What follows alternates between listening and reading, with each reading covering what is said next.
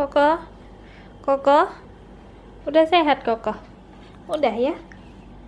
Udah dong.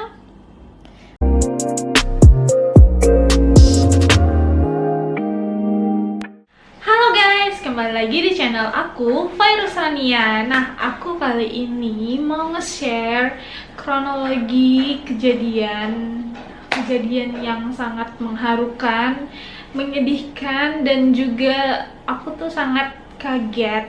Jadi langsung aja. Oh ya, bagaimana kabar kalian minggu ini? Kalian semua harusnya sehat selalu dan dilancarkan segala urusannya. Oke, langsung aja kita ke topik pembicaraannya. Ini aku bakal ngomongin tentang kejadian waktu kucing aku, si Koko.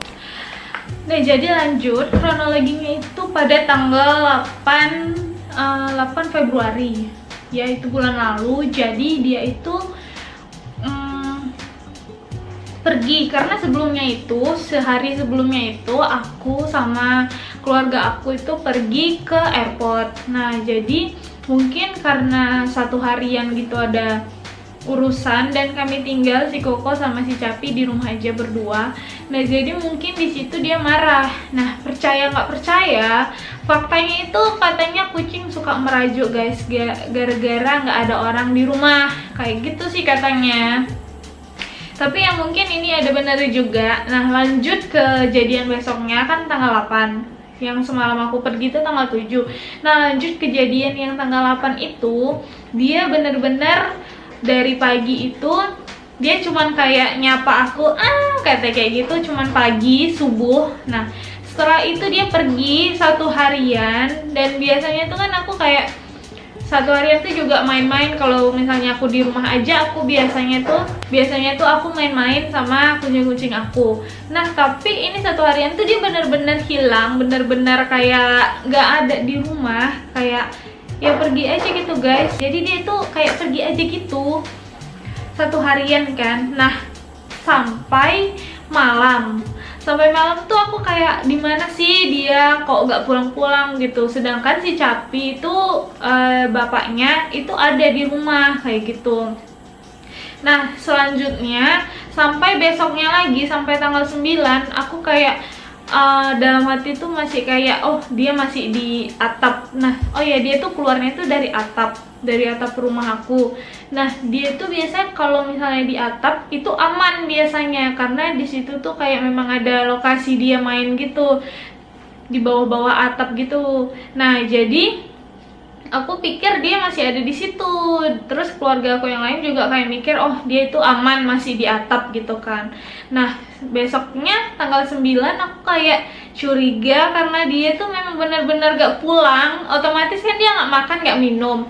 Apalagi si Koko ini manjanya luar biasa, makan sama minum tuh harus disediain ya, kayak gitu kan. Terus tanggal 9 itu paginya, itu kira-kira subuh tuh, kayak memang belum pulang, karena biasanya pagi itu dia pasti pulang.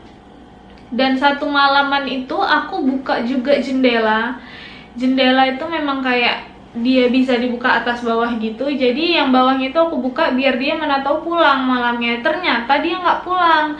Dan keesokan harinya aku cari, emang benar-benar cari di atas atap, sampai aku kayak manjat ke atap, sampai aku manjat ke atap tetangga.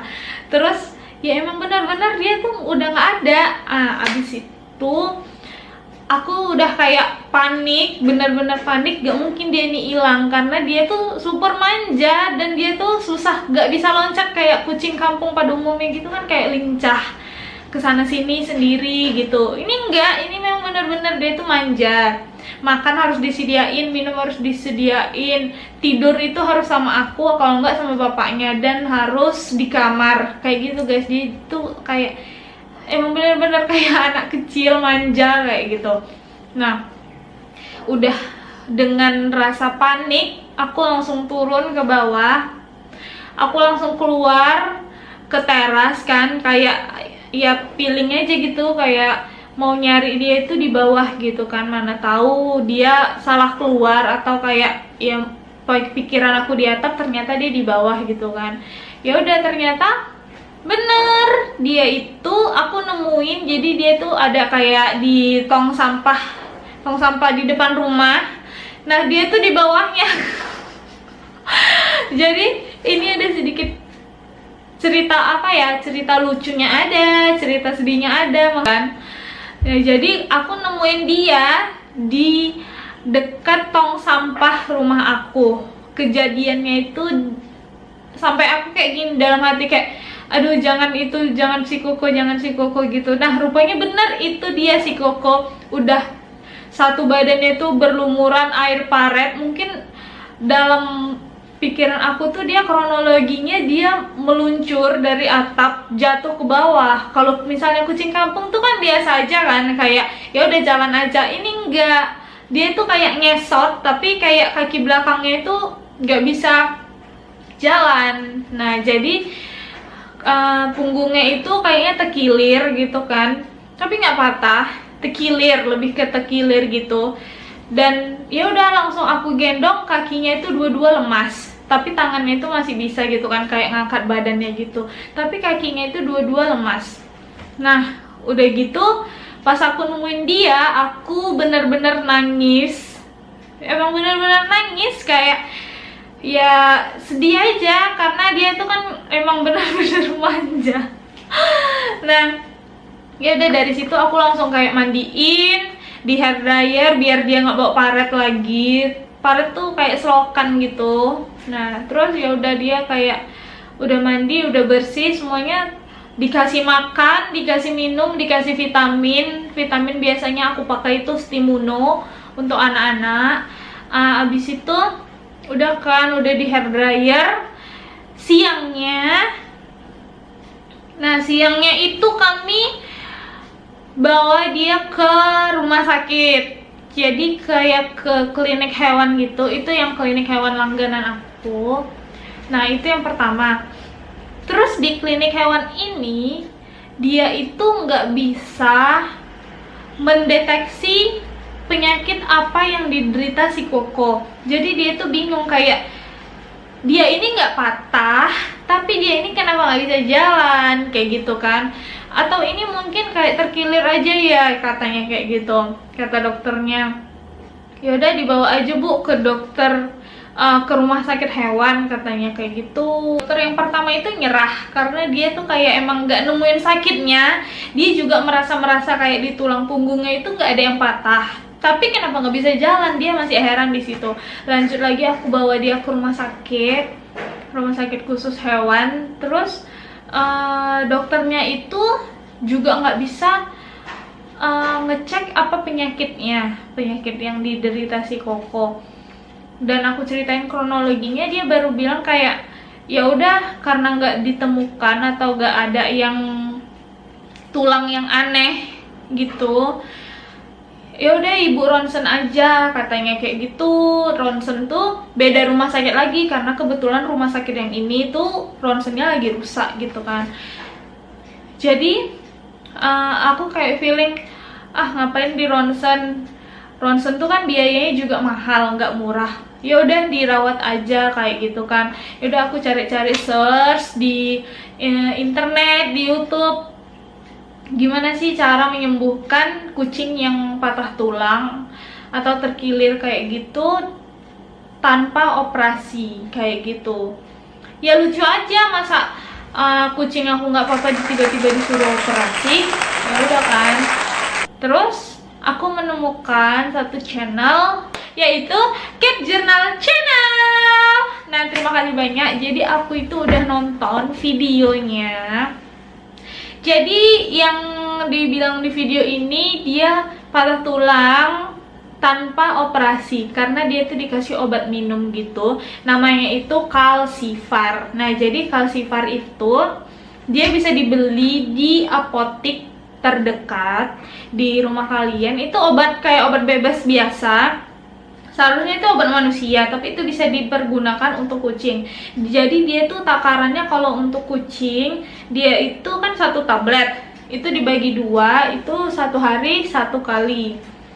Nah kayak gitu. Oh ya, nanti harganya bakalan aku letak di description box. Kalian langsung cek aja di description box.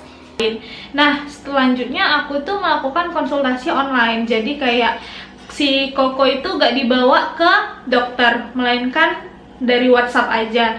Karena si Koko tuh kalau digerakkan kakinya tuh dia kayak marah, bener-bener marah, kayak memberontak gitu. Tapi kasihan itu dia masih ngesot. Dibilang dokternya itu dikasih vitamin B kompleks, itu yang tablet. Nah, terus dikasih metilprednisolon, itu juga yang tablet. Tapi itu kan dia bulat kecil, itu dibagi dua. Ya, jadi perharinya tuh aku ada kasih 3 tablet sama dia. Yang pertama kalsivar setengah.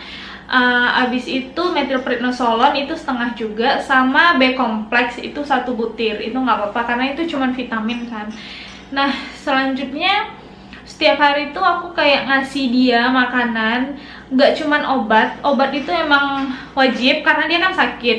Nah, jadi aku dukung dari makanannya juga. Aku beliin dia tuh Royal Canin yang recovery, itu yang per kaleng. Nah, nanti harganya juga aku letak di description box. Sembuhnya itu kira-kira hampir 20 hari juga. Itu wah, senengnya guys, kayak memang bener-bener orang baru belajar jalan dari pulihnya sakit itu kayak senengnya luar biasa. Pupnya itu sambil ngesot, tapi tetap di pasir. Dia tuh karena dia kucing super pembersih, dia jijik kalau dia ada kayak ecer-ecer di lantai gitu, dia jijik. Habis itu dia kayak pipisnya itu juga ngesot, tapi kadang kalau dia nggak tahu tempat nya di mana dia kayak udah pasrah aja, udah pipis di lantai gitu ya. Udah langsung aku bersihin. Pokoknya intinya kita kalau kucing sakit itu kita harus rajin-rajin membersihkan badannya, kandangnya, tempat makannya, itu sangat wajib. Karena dia tuh kayak kalau tempatnya kotor, dia juga makin sakit, makin banyak bakteri, makin banyak virus yang masuk ke badan dia otomatis makin tambah sakit. Memijetin kucingnya gitu pakai minyak karo. Nah, kalau bagi kalian yang nggak tahu, minyak karo itu minyak yang kayak tradisional dari orang-orang Karo, kayak diracik gitu. Jadi itu minyaknya super bagus banget. Harganya itu nanti aku taruh di description box. Itu biasanya jual di apotik, ada kadang di tempat-tempat kayak apa ya bilangnya, kayak tukang pijet khusus patah gitu atau dukun patah gitu ada. Aku pijet-pijet aja setiap pagi si Kokonya, sambil aku letakin handuk panas di punggung dia. Aku biasanya tetap kasih dia minyak ikan, itu yang minyak ikan peel. Nah, seperti ini. Itu aku kasih dia baby oil aja untuk dipijat, tetap dipijat gitu, tapi pakai baby oil karena minyak karo aku kebetulan kemarin udah habis. Nah, untuk harganya, detailnya aku letak di description box. Oke, sekian aja video dari aku. Semoga bermanfaat. Jangan lupa like, komen, dan subscribe channel YouTube aku agar aku makin semangat untuk buat video yang bermanfaat lainnya. See you next video. Bye-bye.